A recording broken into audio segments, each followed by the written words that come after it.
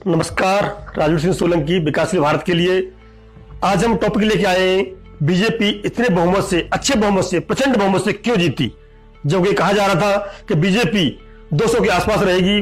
किसान आंदोलन फैक्टर था, लोग बेरोजगारी, महंगाई और छुट्टा गाय या जानवरों से बहुत परेशान थे। तो वो कौन सा कारण था ये प्रचंड बहुमत आया?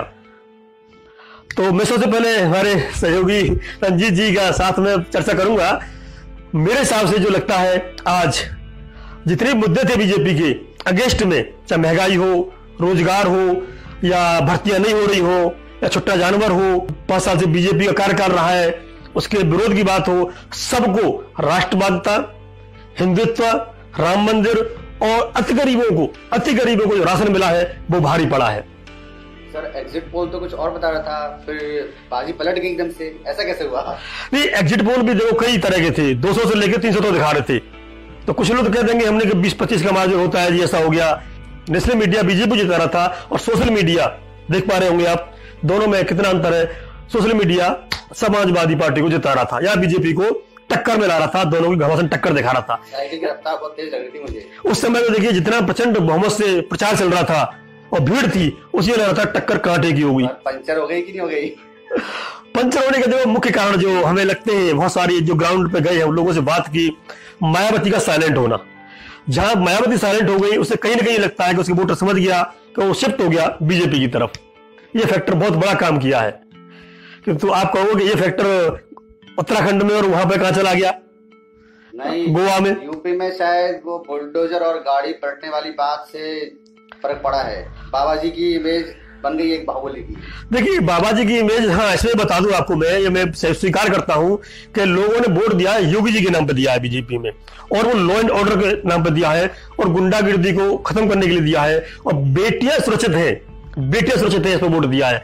लेकिन युवा थे इस बार, 3 कैटेगरी बांटना चाहे हम तो युवा थे, वो वास्तव में नाराज थे। लेकिन अखिलेश भैया ने वास्तव में काम बहुत अच्छा कर लिया। उनकी पिछली बार सीट कितनी थी और एकदम से मैं कह रहा हूँ कि 200% या 300% का इजाफा हुआ है उनकी सीट्स में। तो मेहनत तो की है। नहीं, अखिलेश ने मेहनत की है और उसने जो लोगों से जोड़ा। अगर 2 चीज रही अखिलेश के साथ में, जो कमी रह गई अखिलेश के साथ में, मेरा जो अपना मानना है कि अखिलेश के जो लोगों ने उल्टा सीधा बोला, बयानबाजी की, वो सबसे बड़ा कारण था। कुछ भी बोल रहे थे उनके साथी भी, जितने भी, चाहे मौर्य बंधु हो, राजभर बंधु हो, कोई भी हो, कई और भी है, उनका नाम लेना उचित नहीं समझता यहाँ पर मैं पैनल पे। जो जमीन से जुड़े हुए शिवपाल यादव थे, उनको उन्होंने कहीं भी नहीं उतारा, अकेले भागते रहे वो। शिवपाल यादव और उनकी जो टीम थी वो फील्ड में नहीं उतारी। मतलब अभी परिवार की कलह भी है। नहीं, परिवार की कलह कह सकते हो, या उनको जो आरोप लगाता कि भाई परिवारवाद, एक ही परिवार की सत्ता है, एक ही परिवार है, तो छुटकारा पाने के लिए उसने किसी को टिकट नहीं दी और किसी को साथ नहीं रखा। ये जो गाने चले वो नेहा राठौर के ईवा और रवि किशन जी के काबा, तो उसका कुछ है, फर्क पड़ा है? देखिए, वो तो गाने इधर सुनते लोग उधर निकाल देते हैं, उससे ज्यादा फर्क नहीं पड़ा। दूसरी बात बता दूं मैं आपको, जैसे कि सोशल मीडिया की बात है, तो नेशनल मीडिया, सोशल मीडिया हो, बीजेपी ने पूरा कब्जा कर रखा है। लेकिन जातिगत जो राजनीति थी इस बार, मतलब उसको फेल हो गई है। देखो, फेल तो नहीं कह सकते आप। जैसे कि जातिगत और किसान आंदोलन की बात करें, 2 मुद्दे थे जो अखिलेश के फेवर में थे, जातिगत राजनीति और किसान आंदोलन की राजनीति। उसमें सबसे बड़ा कारण क्या था कि किसानों का जो वर्ग था वो बीजेपी ने इसलिए कम कर दिया कि वो किसानों को बांट दिया, जाट किसान और अन्य किसान, बांट दिया, किसानों को बांट दिया, जाट किसानों और अन्य किसानों में, तो वो दोनों बांट दिया, तो उसका फायदा पूरा बीजेपी को मिला। और जाट किसान तो रहे, किंतु एक जो सबसे ज्यादा फायदा हुआ आरएलडी को, समाजवादी पार्टी को, कि यादव, जाट और मुसलमान जो किसान वर्ग है, जो उसमें काफी मित्रता हुई है और पहले जैसा विद्वेष नहीं रहा है। किंतु बीजेपी इसमें से फायदा ढूंढ ले गई, जो अन्य किसान हैं उनको बांट करके। ये उसको बीजेपी को पूरा बेनिफिट इसमें रहा है। इतना बड़ा आंदोलन, 2 साल का आंदोलन, किसान आंदोलन, उसका कुछ भी असर नहीं पड़ा। नहीं, असर तो पड़ा, ऐसा नहीं कहते। आरएलडी को 8 सीट मिली है, पश्चिमी यूपी में पहले 91% सीट मिली थी बीजेपी को, किंतु इस बार 70 के आसपास है, मतलब 30% सीट लॉस हुई है बीजेपी की। किसान आंदोलन का असर है, इसको नहीं कह सकते आप। लेकिन एक बात बताइए, इस बार अखिलेश भैया ने जो यूपी के लड़के वाला खेल क्यों नहीं किया कि कांग्रेस से गठबंधन कर लेते?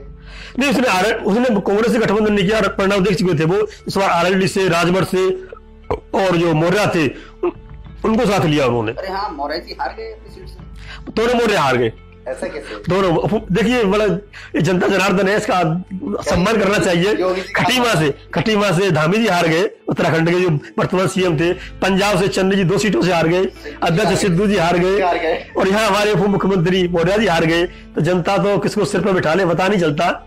मैं फील्ड में जाता था, विश्वास करिए मुस्लिम महिलाएं भी कह रही थी योगी वोट देंगे, इससे बहुत खुश थी वो। करीब 23% लोग कह रहे हैं, पर मेरे हिसाब से 25%, 20 से 25% मुस्लिम महिलाओं ने भी योगी को लॉ एंड ऑर्डर, सुरक्षा के मुद्दे पर वोट दिया। अच्छा, कर्नाटका में जो हिजाब कंट्रोवर्सी के बाद भी मुस्लिम महिलाएं कह रही थी कि हम योगी को वोट देंगे। हाँ, ऑर्डर जितने खुश है हम योगी जी को वोट देंगे। राजभर एरिया में, जो पूर्वांचल में राजभर और सपा मिलके आपका गाजीपुर एरिया में साफ कर दिया है। पहले पूरी बीजेपी थी, इस बार सपा ने साफ किया है। मुरादाबाद में देखिए आप, काफी बीजेपी हारी है। इसका क्या कांग्रेस की बात आती है, 2 मुद्दे रह जाते हैं कि कांग्रेस और बसपा, ये 2 मुद्दे पर बात कर लेते हैं। कांग्रेस में अकेली प्रियंका गांधी लड़ रही थी, ऐसे नहीं होता है, इतना बड़ा प्रदेश, अकेली प्रियंका गांधी लड़े, किंतु वोट परसेंटेज बढ़ा है उनका, और मैं लड़की भी लड़ सकती है। उनका मुद्दा इतना रहा है कि लोकसभा में ये कहने के लिए कि हम हैं कांग्रेस, हम हैं कांग्रेस है, ये उसने दिखा दिया है। सीट देखो, सीट 2 आई है, मानता हूँ 7 से 2 हुई है, किंतु प्रेजेंस इतना टैलेंट। पहले 100 पे लड़े थे वो, पहले 100 पे लड़े थे, इस बार 403 पे लड़े हैं वो, और उनमें कैंडिडेट थे और लड़े हैं, ये बात थी। पंजाब में आप पार्टी, हाँ पंजाब में देखिए, वहां पे ये कहा गया था कि भाई अब की इनको देख लो, दिल्ली मॉडल। जब आप ध्यान होगा, मोदी जी आए थे, गुजरात मॉडल लेके आए थे। जब दिल्ली में आए थे, एनसीआर में आए थे, हिंदी पट्टी में आए थे, वो गुजरात मॉडल लेके आए थे। वही चीज केजरीवाल ने पंजाब में दे दिखाई।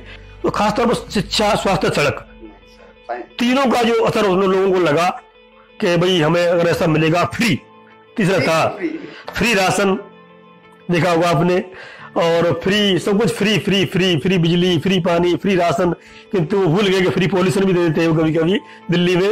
वो उनको अट्रैक्ट कर गया वहां पे। मुझे लगता है कि अभी जो लेटेस्ट स्कीम निकाली थी केजरीवाल जी ने, जो 1 बोतल के साथ 1 बोतल फ्री, वो शायद देखिए पंजाब में मैं नहीं कहूंगा, पंजाबी लोग शौकीन होते हैं और बड़े अच्छे शौकीन होते हैं, हो सकता है इसका असर रहा हो, उसके बारे में तो मुझे नहीं पता ज्यादा, क्योंकि मुझे इसका अनुभव नहीं है, किंतु फ्री का लालच रहा है और पंजाब में आप जीती है और प्रचंड बहुमत से जीती है। और इससे बता दूं मैं आपको, राज्यसभा में कांग्रेस का गढ़ बिगड़ेगा, आम आदमी पार्टी का सुधरेगा, और राष्ट्रपति के चुनाव में जुलाई में होने वाले हैं, ऐसे बीजेपी को आंख बंद करके अपने प्रतिनिधि को, अपने कैंडिडेट को वो राष्ट्रपति बना सकती है। ये बीजेपी के लिए बहुत बड़ा फायदा है 4 स्टेट में जीतने से। मोदी जी बहुत खुश होंगे कि कोरोना के बाद पहला चुनाव हुआ और 4 स्टेट में बीजेपी आ रही है। देखो ये तो स्वाभाविक है उनके खुश होना, कि उन्हें अपने हिसाब से, अपने अकॉर्डिंग वो राष्ट्रपति चुन पाएंगे, क्योंकि राष्ट्रपति बड़ी भूमिका होती है। जैसे कि कोई भी चाहता है कि अपना राष्ट्रपति ऐसा हो कि जो हमारे हिसाब से चल सके। और योगी जी का जो भी पूर्वांचल में बुलडोजर चल रहा था, पूर्वांचल में जोर था, जो विवादित भूमि है या विवादित लोग है या अपराधी तत्व है, बुलडोजर चलाना, अब वो पश्चिमी यूपी में आने वाला है। तो सभी पश्चिमी यूपी वाले तैयार है, बुलडोजर यहाँ भी बहुत जल्दी आएगा। जितनी विवादित भूखंड है, विवादित जमीन के मुद्दे हैं, या जिन्होंने इन्क्रोचमेंट कर रखा है, या कोई भी इस तरह के माफिया है, वो या तो पलायन कर जाए या अपने आप को ठीक कर ले। बाबा का बुलडोजर पश्चिम यूपी में ही चलेगा, और विकास भी उम्मीद करते हैं, जैसा कि जनाधार मिला है उनको, पश्चिम यूपी में विकास की गंगा बहेगी। मतलब कि गाड़ी फिर पलटेगी नहीं, गाड़ी पलटेगी नहीं, जो सबका साथ सबका विकास वाली बात है, पूर्वांचल में है, अब यहाँ भी दिखना चाहिए। पूर्वांचल एक्सप्रेस वे बना है तो यहाँ भी अच्छे एक्सप्रेस वे बने और अच्छा विकास हो, ऐसी आशा करते हैं। और पहाड़ पे क्यों जीती, छोटे से 2 मिनट लूंगा मैं। पहाड़ पे हम बात करने गए थे, तो जो बिल्कुल छोटे छोटे जो गांव है वो बता रहे थे सबसे ज्यादा फौज में, आर्मी में है वहां पर। तो वहां का सोल्जर है, सिपाही है, तो उनके यहाँ सबसे बड़ा जो मुद्दा था वो था same rank same pension, 1 rank 1 pension में जो आंशिक बढ़ोतरी की थी बीजेपी ने, उसका पूरा सहयोग मिला है। कई लोगों से बात की, उन्होंने कहा हमसे बहुत अच्छा लाभ मिला है 1 रैंक 1 पेंशन का। 1 रैंक 1 पेंशन, पहाड़ में बहुत सारे लोग खुश थे इससे, इसलिए। और जो घर घर राशन पहुंचा है, 2 चीजों से, तीसरा विपिन रावत जी की शहादत हुई है, इस तरह से मुद्दे थे जिसे पहाड़ में बीजेपी को लौटा के लाई है। तो कांग्रेस को सुधार करना पड़ेगा, बुजुर्गों का आशीर्वाद या बुजुर्गों का ज्ञान और युवाओं का साथ और जोश लेके काम करेगी, तभी कांग्रेस सुधर सकती है, नहीं तो दी एंड की तरफ है। तो बसपा का तो कहने की आवश्यकता नहीं है। तो बने रहिए हमारे साथ में, इसी तरह के विश्लेषण। अभी शपथ समारोह होगा, किसको कौन मंत्रालय मिलेगा, उसमें क्षेत्रवाद, जातिवाद और काम की उत्कृष्टता को देखते हुए आशा करते हैं कि लोगों को मंत्रालय मिलेंगे, उन सभी पे चर्चा करेंगे, किसको कौन सा मंत्रालय मिल सकता है, इसमें भी आपके साथ वार्ता करेंगे। मुख्यमंत्री कितने बन रहे हैं? 3 4?